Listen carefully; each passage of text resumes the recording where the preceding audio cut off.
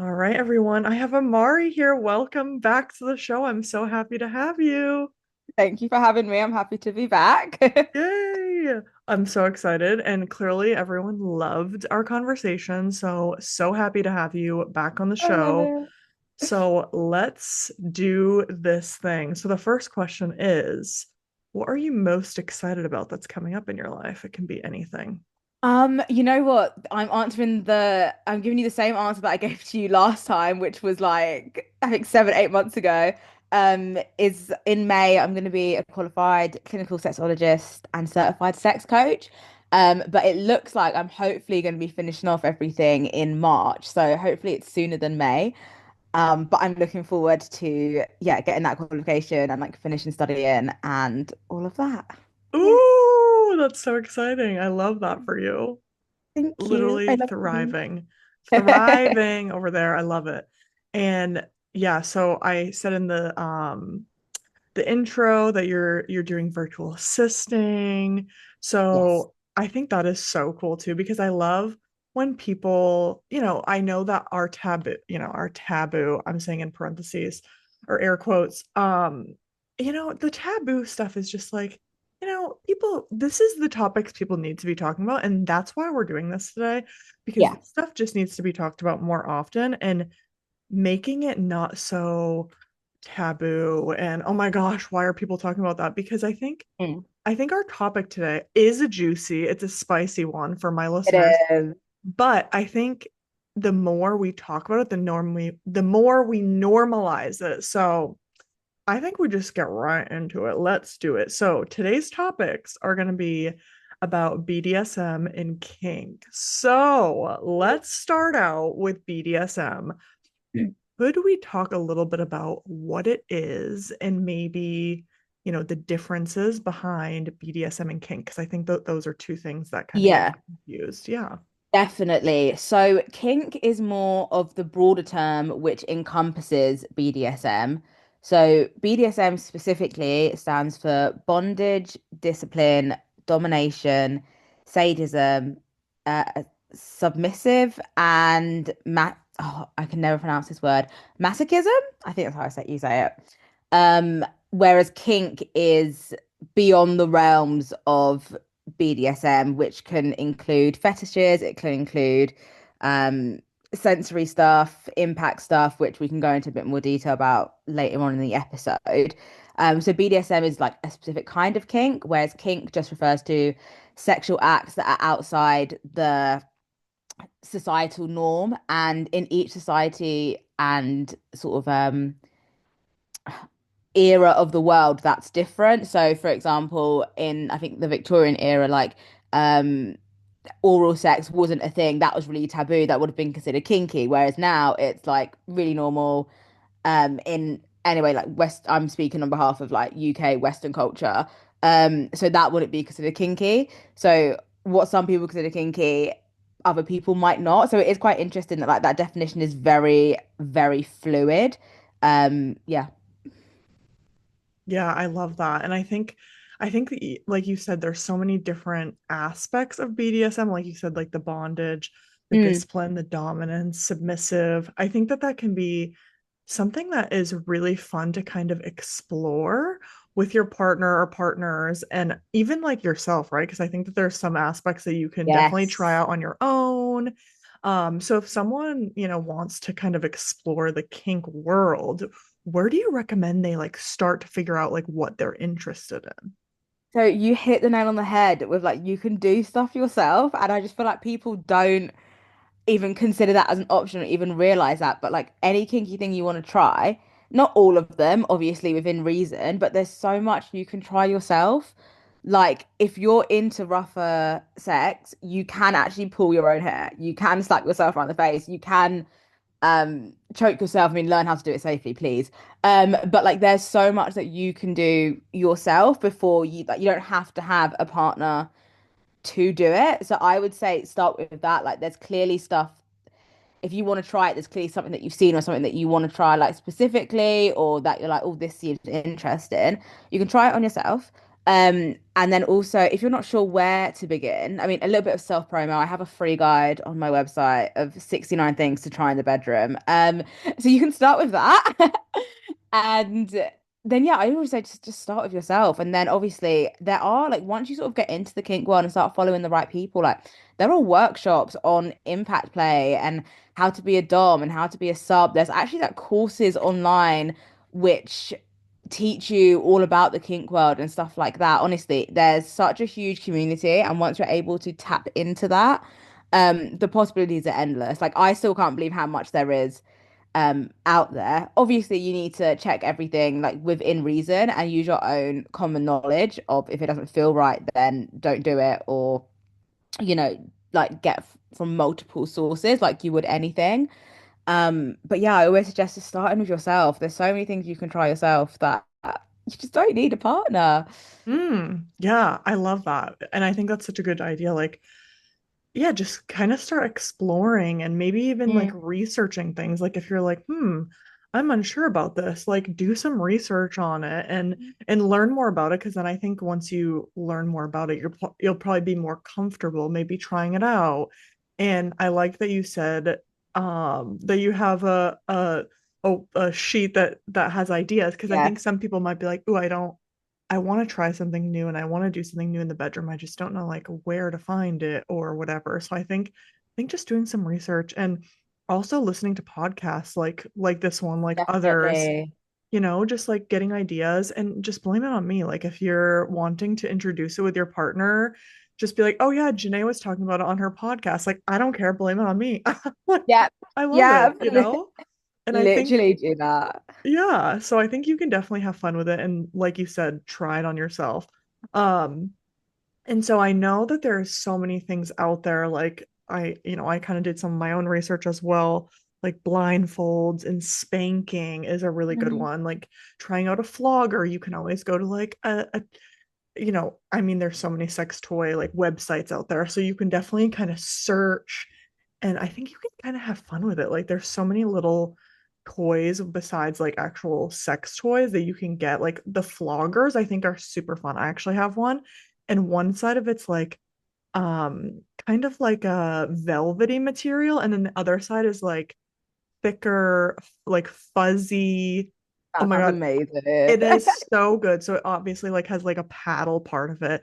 And like I said, on both sides, it has different like material. So it's like fun to just like, put the blindfold on and literally just like touch your body with it and like really be able to explore how these feelings feel on yourself. And then obviously you can do it with a partner, but that's a good one to maybe like start on your own and kind of see Yeah. like, ooh, I think I like this. I think sensory stuff is such a good way into kink because again, Mm, like I guess everyone does just think, which like, and don't get me wrong, there is a huge part of kink that is whipping and chains and spanking and stuff like that. Like, yeah, of course.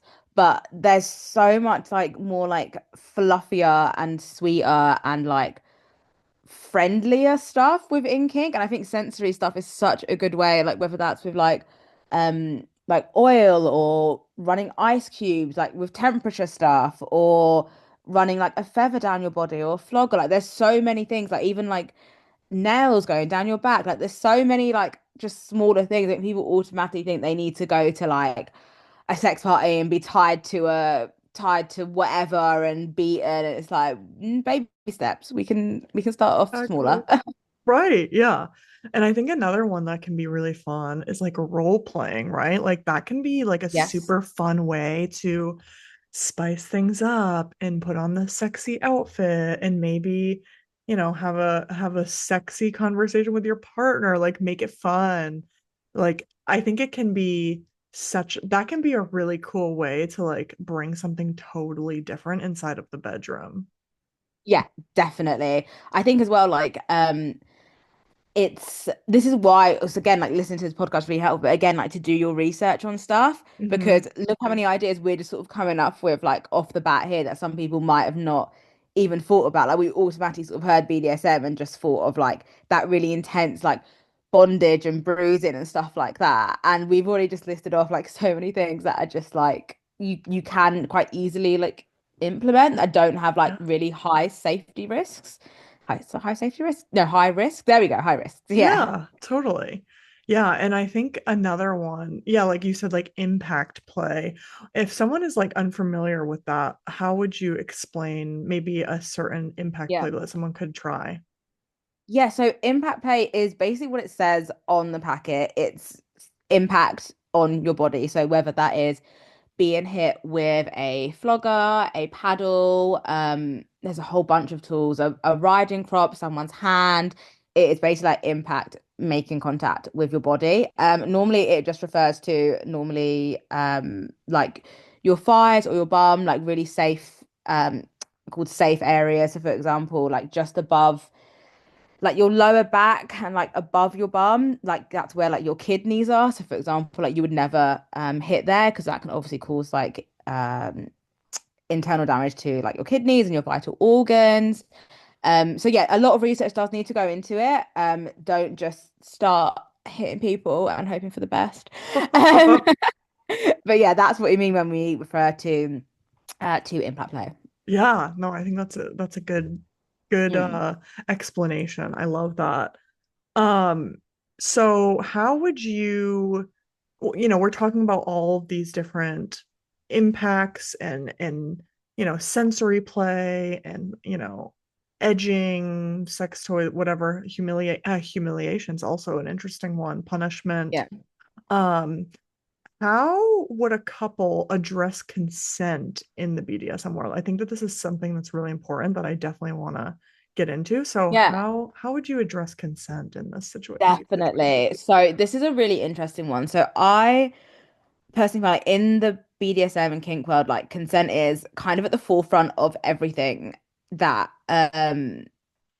that it kind of like consent embodies kink and BDSM essentially. Obviously, that doesn't mean that things don't happen. Of course, unfortunately, we live in a world where there are some really horrible people and people can use kink and BDSM as a disguise for abuse. But I think the main difference is that it's not abuse when like consent has been involved, and that's the main difference between like an abusive relationship and potentially like a kinky or like BDSM or dom sub like dynamic relationship. So with consent, it's so in terms of obviously we know consent isn't as simple as like yes or no, and there are unfortunately a lot of grey areas, and just because they said yes, if you spent hours like persuading them, then that's not an enthusiastic yes and things like that. But with BDSM, there's so many more factors that we need to consider. So for example, if someone is tied up and gagged, they don't have the words to say um like yes, no, stop, this is good, things like that. So that's when like hand signals, or sometimes people will like hold something and then they drop it. And then if that drops, then people know that that's they need to stop what they're doing or like untie them or ungag them, whatever the rule is that's been discussed beforehand. So much of kink and BDSM, there's like a pre-negotiation conversation to make sure that like everyone is on the same page as to what they want to do, what the safe words are. So safe words are just essentially a word that will mean stop. So most people use a traffic light system where green is carry on, yellow is potentially like slow down or like not as hard or like ease up, and then red is like normally stop. People have loads of different safe words, but that's sort of like the universal kink sort of um yeah, guidelines to go by. Yeah. And I think it's also really important with the traffic light system to like discuss what they mean to you as well. So, Mm, for example, yellow might mean stop doing that and do something else, but we don't need to stop. Or it can mean like you can carry on doing what you're doing, but slow down. Um, green might be carry on what you're doing or like do more of what you're doing. Like it's just really important to understand like what things mean to you as a person like in that scene as well. So there's so much clarification. Um and then yeah, if we go down the route of kind of like CNC, which is consensual non-consent, that's a whole different ball game. Where you're essentially acting out a non-consensual scene where no necessarily might not mean no. So then that's even important to have a specific safe word there. So there's so much communication prior. so much communication, even like during and obviously after as well, just to make sure that like you're always on the same page. So Yeah. that's a really good like green flag to look out for when you are participating in these activities. No, I love this. This is so important, and I'm glad that I liked that you said like the hand signals, like if someone, Yeah. has something in their mouth, like I think that's so helpful and a really, really good way to kind of, you know, have that have that communication with something else besides words in that Yeah. case. Yeah. I I think, love that. oh no, I was going to say, I think as well, it's a really good way of like not being fully like taken out of the moment. So being able to Right. say like yellow or like click your fingers. So, I don't know, clicking fingers could mean stop, it could mean slow down, it could mean, whatever it is, to be able to Hmm. like still stay in the moment. And it's a kind of nice level of sort of trust that you have there, that just by like a simple movement or a simple word, like what the situation is. Hmm. So yeah, I feel like it kind of builds like a nice like a certain amount of like intimacy that you might not necessarily get with not kinky sex or not BDSM dynamics. I just think it Yeah. just adds like another layer. Right, right. Yeah, and you brought up a good point with like the communication after the experience, which Mm. you made me just kind of think like, ooh, that's actually a good thought. So, in terms of, if a couple is trying out something brand new that they've never done in the BDSM or kink world, what what conversations do you think would be helpful to kind of have post sexual experience?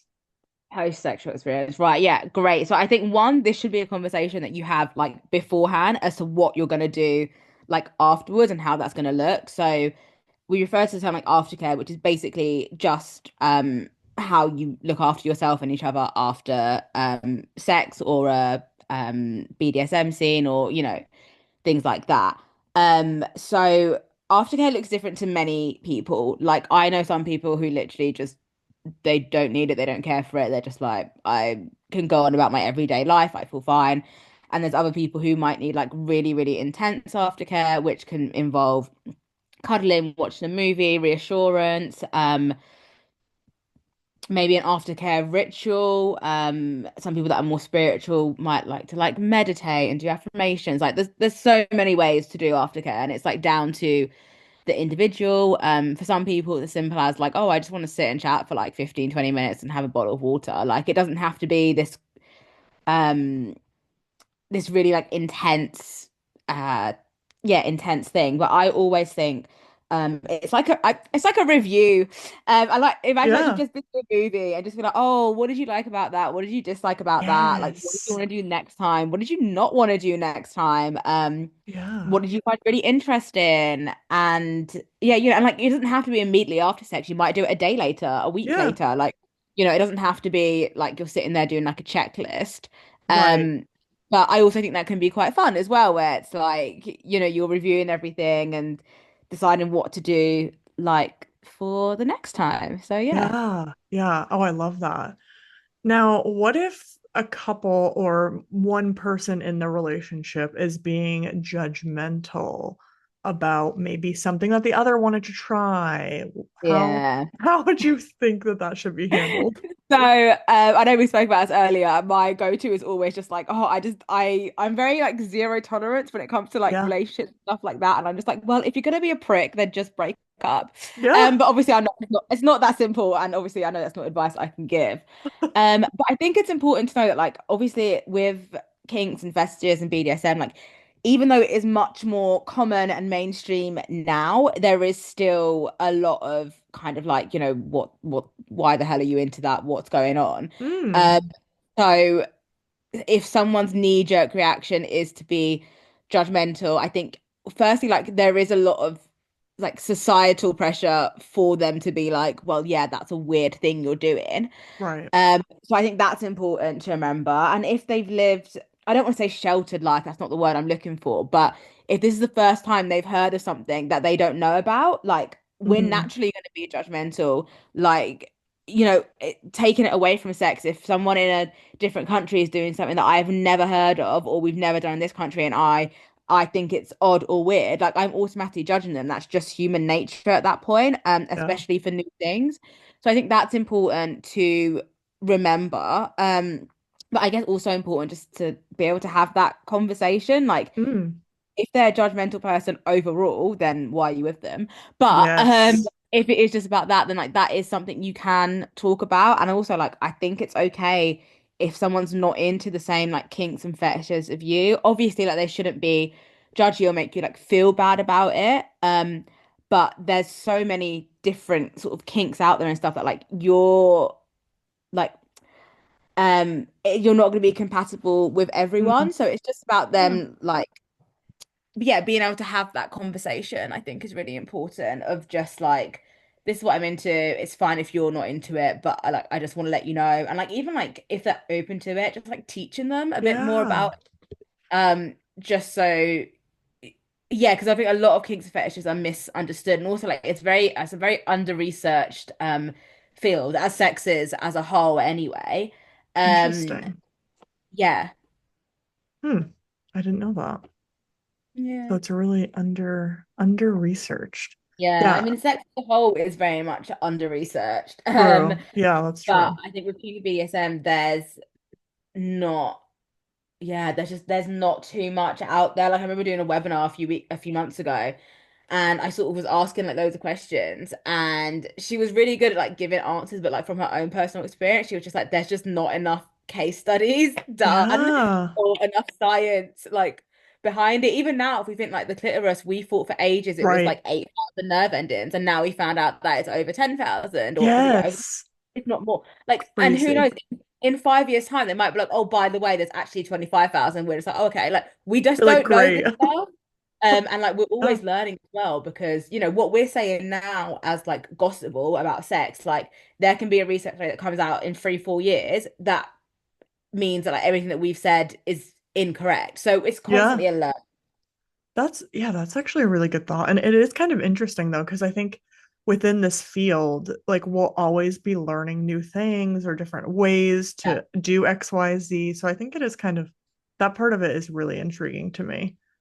definitely. And I Um, think like that's another thing in terms of working in the sort of sex positive space is like sometimes I do get imposter syndrome where I'm just like, oh my God, I don't know this, I don't know that. And I'm like, you know what? There's actually so much to learn and it's constantly changing that yeah. you just have to just try your best to keep up with it. But like you're never gonna know everything. And I guess that's kind of cool as well that you're always learning. Right, right. Yeah, I think it's really neat. And now in terms of kink a little bit, what would you say is like the most misunderstood thing about kinks and maybe some unusual kinks? So I think the most misunderstood thing about kinks is so I mean I guess the number one thing is that people think it's from childhood trauma and that you're a traumatized human being if you're into certain things. And Interesting. there was actually a study done which said that there was how do I word this? Um that basically like there was no in terms of like the general population people that were into kink were no more or less didn't suffer any more or less from childhood trauma than the general population. Basically, it's saying that like childhood trauma isn't what links to kinks and fetishes. Obviously, of course, there will be some sort of elements, as life shapes everything Yeah. that we're into from sex to our favorite color to Mm, who we fancy and things like that. So I think that's probably the most the com misconception. And then maybe that like I think people think it's like quite underground and it's quite hidden, but it's not like more people than you realize are probably kinky. And again, there's just not enough data to be able to be like, yeah, like 80% of the population is kinky. right. It is much more like I think common than people realize. Yeah. Yeah, I'd say so. And then what's the other one? Unusual kink. So again, this is quite interesting because like what I might find unusual, someone would be like, "Oh, that's like a regular Friday night for me. Like Yeah. that's not weird at all." Right. Um, so I think unusual might not be the right word, but like niche kinks that I Yeah. find out about quite interesting. So like some people, like so not some people like actual like water, like as in just like general water, like they get aroused by like water play and having like water literally like just water incorporating sex into any way that's like being poured onto them or like they just find it very like erotic. I don't know what the word is. Interesting. Um, Okay. there's people who are really into the idea of being like shrunk down into someone little and like being consumed by like a giant. So Okay. normally it's stereotypically like submissive men. Mm-hmm. And the idea of being like, yeah, like consumed or just eaten by like a giant woman. But like I don't mean giant as in big, I mean like giant as in like BFG, like giant. Right, Um, right. oh, there's so many. Like mummification's quite an interesting one where literally like people will be mummified. Really Being interesting. like suspended from a ceiling as well. So you know, like Spider-Man when they Mm, kiss, he's like upside down. Um, some people are really into that. And then yeah, there's kind of like this the kinks that we know, like oh, some people have like a foot fetish, or some right, people being spanked, or like rough sex, have their hair pulled. So there's that sort of stuff there. But again, like to me, like having your hair pulled and being spanked, like that's not out of this world or crazy for me. But like for other right. people, it might be like, whoa, like that's insane. I'm like, oh, okay then. I think working in this space, like nothing surprises me anymore. Like I'm just like, Yeah, oh, okay, that's the thing. Like anything you think can be a sexual thing, whether that is like doorknobs or light bulbs or like balloons and Christmas decorations. Like honestly, it someone. Yeah, someone out there is like, yeah, this is sexy, this turns me yeah. on. And yeah, it's just and yeah, anything and everything could be can be like a fetish or a kink at this point. Yeah, which I think is kind of fascinating because it's kind of like almost like a spectrum of like, yeah, someone, like you said at the beginning, someone might think that XYZ is like crazy out of this world, or, oh yeah, I do that all the time. Like it's just, and that's what I Yeah. find fascinating about kink and the BDSM world is just like, yeah, I think everyone has got their own little thing that they're into. And I think just, you know, not hopefully the partner or partners doesn't be judgy and rude about it because I think too another aspect of this that I kind of just thought of is vulnerability and kind of if someone is Hmm. sharing, hey, I'm really into being suspended from the ceiling, you're being vulnerable sharing that information with someone. So you would hope on the receiving end that they're like, oh, okay, this person just shared something that's so close that, might be a little different and they obviously don't share it with everyone. So I think taking that into accountability when someone's sharing these things with you is really, really important. Yeah, no, definitely. And I think as well, it's like it's interesting sort of going back to like people will automatically be judgmental about not everything and anything but Mm, something new they don't quite understand, which is why it's so important to like do the research and do the education and just go in with an open mind for sure. yeah, yeah. Yeah. And I think too, like introducing a kink to a partner, so I know you said like researching, um, so like, is there any other tips that you could give someone if they're trying to introduce this, maybe to like, let's just say a new partner, they've been dating for a couple months and, Mm, things are getting hot and heavy and they're like, oh, I really want to introduce this kink mm. to my partner. Do you have any tips for someone experiencing Definitely. that? So I think like firstly, I kind of believe in being like open from the get-go that you're kinky. Like I don't know, it depends. Like obviously there's like kinky dating apps and then like vanilla dating apps. Um, Hmm. and I do kind of think, especially if kink's quite like a big part of your life, what is the point in dating someone who you actually just don't know if they're going to be able to like match that energy? So normally my first tip would be like sort of I guess it's easier said than done, but to sort of establish that at some point very, very early on. Obviously, if you did meet at a kinky dating app or a like kink positive event or sex positive event, then it's a bit easier. So that was my first tip, and then I think secondly, like I guess to be fair, it depends on what the kink is because if it's something that is quite light-hearted, like oh, I really like sensory stuff. I love like I don't know, like nails being scratched like down my back or something like that. Obviously, that's something that's like low risk, it's easy to do. I guess it would be considered like not exactly like extreme or outside the norm or anything like that. Whereas if it's a kink, like, yeah, I want to be suspended upside down from a ceiling and like hit with a flogger, then obviously that's a bit more extreme and you might need to take a few more steps before you just say, hey, this is what I'm into.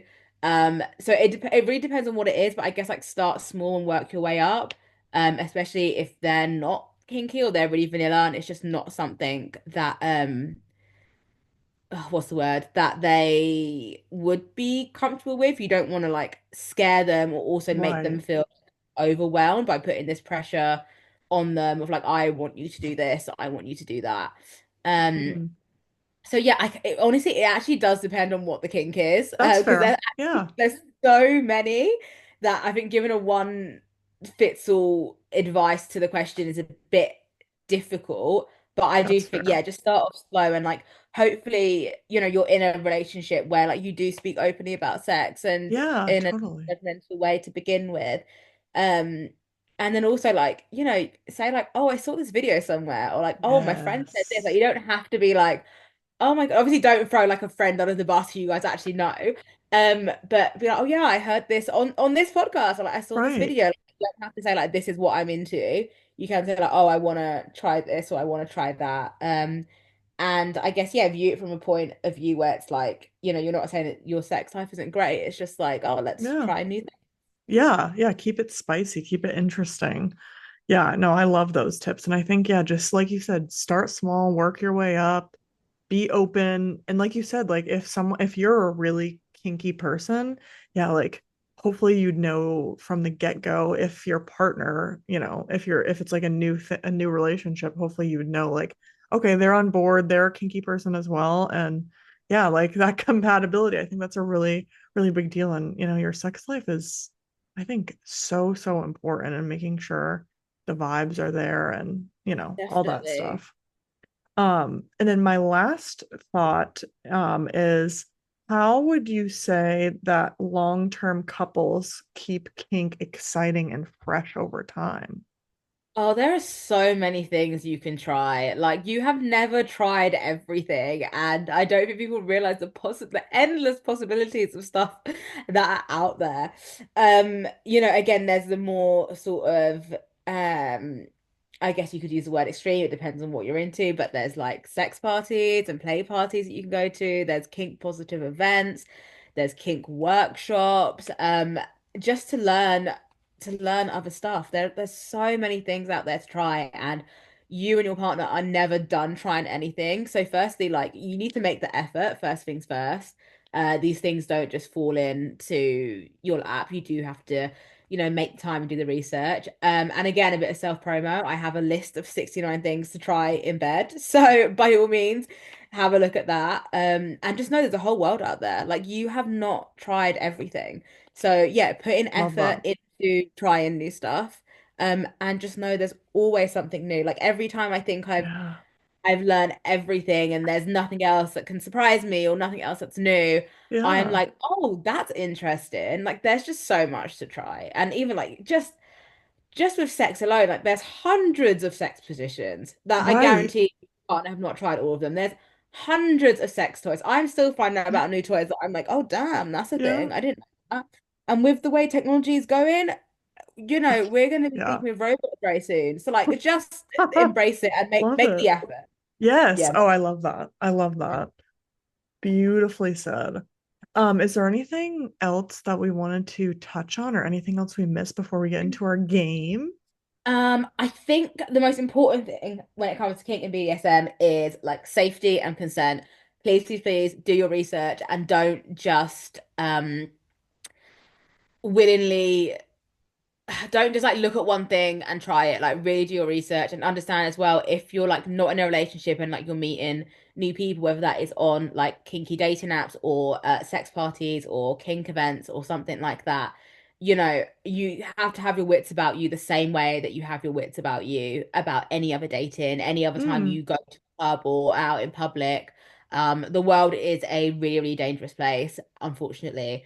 And just really do your due diligence and like have questions that you like want to ask people potentially, like, Hmm. especially if you're not in a relationship. This is mainly directed, I guess, at like single people, people that are still dating. Yeah. Um, just be really careful. Um it's very easy to get caught up in the excitement of things. Right. But consent is massive. Like you can even ask people like, what does consent mean to you? How do you feel about safe words? What, like learn what the red flags are and what the green flags are in a person. Hmm. And yeah, like trust your intuition. But like also it's Yes. so much fun and just like enjoy it, but also like please remember like consent and safety are like the number one aspect of Yeah. anything BDSM, kink, and fetish related. Yeah. Beautiful. Nailed it. I think you nailed that. Thank Okay. you. You ready for our game? Yes, let's go. Okay. So the first one is coffee or tea? Tea, Tea. definitely. Yeah, I have insomnia, so the idea of having Oh. coffee actually, one, I think it tastes like crap, and two, I would be awake for like 3 weeks. You're like, no way. Um, the next one is chocolate or vanilla. Ooh, as in like flavoring or like ice cream? I guess anything. Yeah. Um, Flavoring, whatever. I'm gonna go with chocolate, even though it always leaves that aftertaste in your mouth that I don't like. Yeah, That's a good one. I'm gonna go chocolate. Yeah. Chocolate. Fair enough. Would you prefer to go on a beach vacation or mountain retreat? Beach, definitely. I'm too lazy. I'm not climbing up a mountain. Um, I Yeah, feel you, I'm sure the views are amazing.